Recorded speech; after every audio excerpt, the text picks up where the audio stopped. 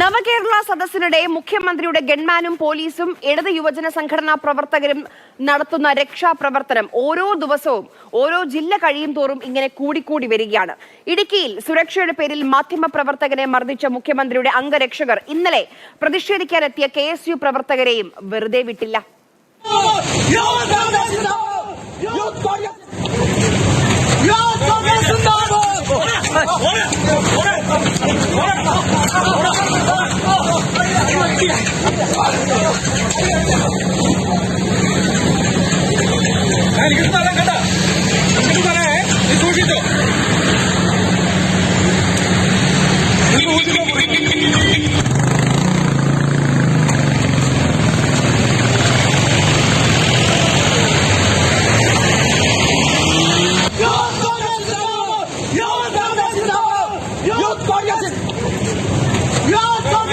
ഇപ്പോൾ പ്രേക്ഷകർ ദൃശ്യങ്ങളിൽ കാണുന്ന ഈ അക്രമ ജീവൻ രക്ഷാ പ്രവർത്തനത്തെ മുഖ്യമന്ത്രിയാകട്ടെ, മന്ത്രിമാരാകട്ടെ, പാർട്ടി സെക്രട്ടറി ആകട്ടെ എല്ലാവരും അകമഴിഞ്ഞ് ന്യായീകരിക്കുകയാണ്. ഇതാകട്ടെ നവകേരള സദസ്സിന്റെ സുരക്ഷയുടെ പേരിൽ പ്രതിഷേധിക്കാതെ എന്തും ചെയ്യാവുന്ന സ്ഥിതിയിലേക്ക് കാര്യങ്ങൾ എത്തിക്കുന്നുണ്ട്.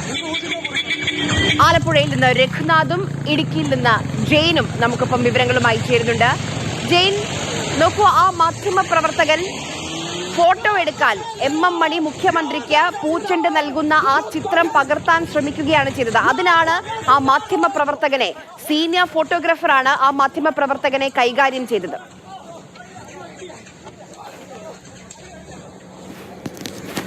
നവകേരള യാത്രയുടെ 2ാം ദിവസമാണ് ഈ സംഭവം നടക്കുന്നത്. ജില്ലയിലെ അന്നത്തെ ദിവസത്തെ അവസാനത്തെ പരിപാടി നെടുങ്കണ്ടത്താണ് ഈ നവകേരള സദസ്സിൻ്റെ പരിപാടികൾ നടന്നിരുന്നത്. ആ പരിപാടിയിൽ മുഖ്യമന്ത്രി എത്തുന്നതിന് മുമ്പ് തന്നെ ഈ മാധ്യമപ്രവർത്തകൻ അവിടെ എത്തിയിരുന്നു. അതിനുശേഷം ഈ മുതിർന്ന നേതാക്കളൊക്കെയായിട്ട് വളരെ സൗഹൃദം പുലർത്തുന്ന ഒരു മാധ്യമപ്രവർത്തകനാണ്. 10-20 വർഷമായി അദ്ദേഹം ഇടുക്കിയിൽ തന്നെ ജോലി ചെയ്യുന്നു. അതുകൊണ്ട് തന്നെ MM മണി അടക്കമുള്ള CB വർഗീസ് അടക്കമുള്ള മുതിർന്ന ജില്ലയിലെ നേതാക്കളും അതോടൊപ്പം തന്നെ മന്ത്രി റോഷി അഗസ്റ്റിൻ അടക്കമുള്ള ആളുകൾക്കും വളരെ സുപരിചിതനായിട്ടുള്ള ഒരു മാധ്യമപ്രവർത്തകനാണ്. അദ്ദേഹം അവിടെ നിന്ന് സംസാരിച്ചതിന് ശേഷം മുഖ്യമന്ത്രി വന്നപ്പോൾ മുഖ്യമന്ത്രിക്ക് മുന്നേ വന്ന് ആ ചിത്രം പകർത്തുന്നതിനുള്ള ശ്രമമാണ് നടത്തിയത്. ആ ശ്രമം നടക്കുമ്പോഴാണ് അപ്രതീക്ഷിതമായി മുഖ്യമന്ത്രിയുടെ ഒപ്പമുള്ള ഗൺമാൻ, അദ്ദേഹം നീണ്ട കാലമായി മുഖ്യമന്ത്രിക്ക് ഒപ്പമുള്ള ആളാണ്, അദ്ദേഹം പിന്തിരിഞ്ഞ് ഈ മാധ്യമപ്രവർത്തകനെ ആക്രമിക്കുന്നത്. അദ്ദേഹത്തിൻ്റെ കയ്യിൽ ക്യാമറയുണ്ട്. അപ്പോൾ ഒരു വശത്തു നിന്ന് മന്ത്രി റോഷി അഗസ്റ്റിൻ അത് ചെയ്യരുത് എന്നാവശ്യപ്പെടുന്നുണ്ട്. പക്ഷേ അതൊന്നും വകവയ്ക്കാതെ ഈ മാധ്യമപ്രവർത്തകൻ്റെ കഴുത്തിന് കയറി പിടിക്കുകയും തള്ളി മാറ്റുകയുമാണ് അന്നത്തെ ദിവസം ഉണ്ടായത്. അതിനുശേഷം ആ വിഷയവുമായി ബന്ധപ്പെട്ട് മാധ്യമപ്രവർത്തകർ പ്രതിഷേധിച്ചിരുന്നു. പക്ഷേ ഏതെങ്കിലും രീതിയിലൊരു പ്രതികരണം ഇതുമായി ബന്ധപ്പെട്ട് ഉണ്ടായില്ല എന്നുള്ളതാണ് യാഥാർത്ഥ്യം. നമ്മുടെ ഒരു പ്രേക്ഷകൻ കോസ്മോസ് എന്നാണ് അദ്ദേഹത്തിന്റെ ഈ യൂട്യൂബിലെ ഐഡിയുടെ പേര്. അദ്ദേഹം ചോദിക്കുന്നുണ്ട്, ഈ ഫോട്ടോ എടുത്താലും അടിയോ, ഇതെന്താ അടിമാലിയാണോ എന്നൊക്കെ. തമാശയാണ്. പക്ഷെ നോക്കൂ, ആ ദൃശ്യങ്ങളിൽ കാണാം റോഷി അഗസ്റ്റിൻ കൈ കാണിക്കുന്നുണ്ട്, ചെയ്യരുത് എന്ന് പറഞ്ഞു. ഒരു പക്ഷെ നേരിട്ട് പരിചയമുള്ള മാധ്യമ പ്രവർത്തകനായിരിക്കാം. എന്നിട്ട് പോലും നിർത്തുന്നില്ല.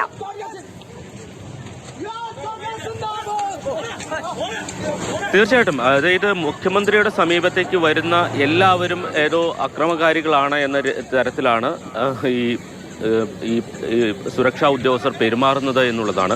അതിലിപ്പോൾ പ്രതിഷേധക്കാരാകാം, പക്ഷേ പ്രതിഷേധക്കാരല്ല, നിവേദനം കൊടുക്കാൻ പോയ ആളുകൾക്ക് പോലും സമാനമായ അനുഭവമായിരിക്കും ഒരുപക്ഷെ ഉണ്ടാകുക. മുഖ്യമന്ത്രിയുടെ സമീപത്ത് നിൽക്കാനല്ല ഈ മാധ്യമപ്രവർത്തകൻ ശ്രമിക്കുന്നത്. അദ്ദേഹം മുഖ്യമന്ത്രിയെ മറികടന്ന് മുന്നോട്ട് വന്ന് ചിത്രമെടുക്കാനുള്ള ശ്രമമാണ് നടക്കുന്നത്. അതുകൊണ്ടാണ് ഈ സുരക്ഷാ ഉദ്യോഗസ്ഥനെ മറികടന്നുകൊണ്ട് അദ്ദേഹത്തിന് പിന്നിലൂടെ കടക്കാൻ ശ്രമിക്കുന്നത്. ആ സമയത്താണ് പെട്ടെന്ന് പ്രകോപിതനായി ഇദ്ദേഹം ആ മാധ്യമപ്രവർത്തകൻ്റെ കഴുത്തിന് കയറി പിടിക്കുകയും അല്ലെങ്കിൽ കഴുത്തിന് കുത്തിപ്പിടിച്ച് തള്ളി മാറ്റാൻ ശ്രമിക്കുകയും ചെയ്യുന്നത്. അതിനുശേഷം ഈ പ്രതിഷേധമൊക്കെ അറിയിച്ചതിന് ശേഷം പോലും ഏതെങ്കിലും രീതിയിൽ ഇവർക്കെതിരെ യാതൊരു നടപടിയും ഉണ്ടായിട്ടില്ല എന്നുള്ളതാണ് യാഥാർത്ഥ്യം. അന്ന് തന്നെ മുഖ്യമന്ത്രി ഇവിടെ നടത്തിയ വാർത്താ സമ്മേളനത്തെ എല്ലാ തരത്തിലുള്ള അക്രമങ്ങളെയും ഒരു രീതിയിലല്ല കാണേണ്ടത് എന്നുള്ളതാണ് അവരുടെ അഭിപ്രായം എന്ന് പറയുകയും ചെയ്തു. അതായത് ഇത്തരത്തിലുള്ള ഈ പ്രതിഷേധങ്ങൾക്ക് നേരെ നടക്കുന്ന നിയമവിരുദ്ധമായിട്ടുള്ള നടപടികളെ അതിനെ അക്രമ സ്വഭാവത്തിലല്ല എന്ന് പറഞ്ഞാണ് അദ്ദേഹം ന്യായീകരിച്ചത്. സ്വാഭാവികമായും ഇത്തരം അക്രമങ്ങൾ നടത്താൻ ഇത്തരമുള്ള സുരക്ഷാ ജീവനക്കാരെയോ അല്ലെങ്കിൽ പാർട്ടി പ്രവർത്തകരെയോ പ്രോത്സാഹിപ്പിക്കുന്ന ഒരു സമീപനമാണ് സർക്കാരിനുള്ളത്. അതുകൊണ്ട് തന്നെ ഇത്തരം നടപടികൾ ഉണ്ടായാൽ